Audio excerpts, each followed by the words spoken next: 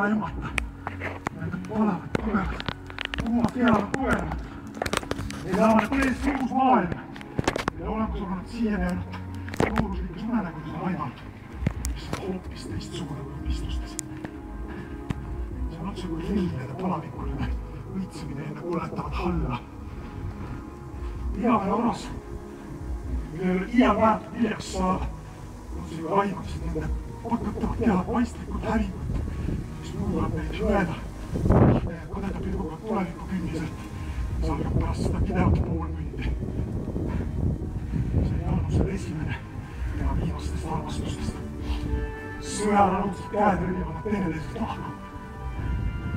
Saatuse manutuul raputab ta pooltoore viljana puult, kiskutes enesega kaasa mälestusi sellest õhtust, mille viliplekil kuivas.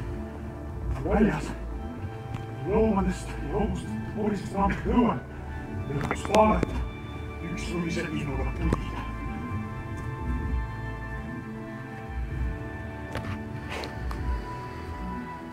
On pilvine ja pahur oktoobrikuu hommik.